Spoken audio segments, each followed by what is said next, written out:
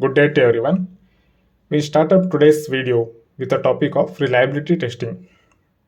Now, what does this reliability testing means?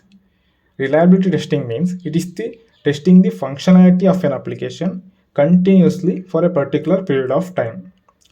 This type of testing is called as reliability testing.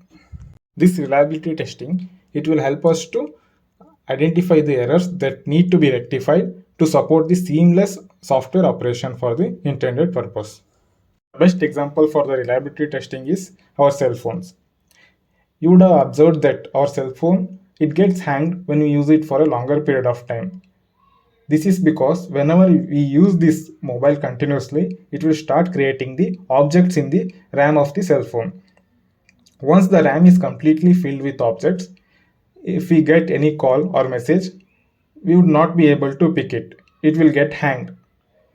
So hence we make use of the cleanup software. Or if we even switch off and switch on the mobile, all the objects in the RAM gets deleted. Usually this reliability testing is conducted by the original equipment manufacturers, that is OEM.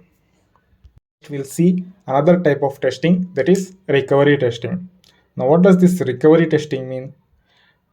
It means the testing of an application to check how well it recovers from the crashes or disasters.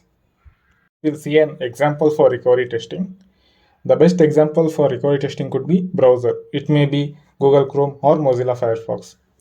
You would have observed when we are using the Google Chrome browser, when the power goes off and when it comes back, and we'll switch on the PC and reopen the Mozilla or Google Chrome browser, we get a message saying that whether you want to start a new session or restore the previous session.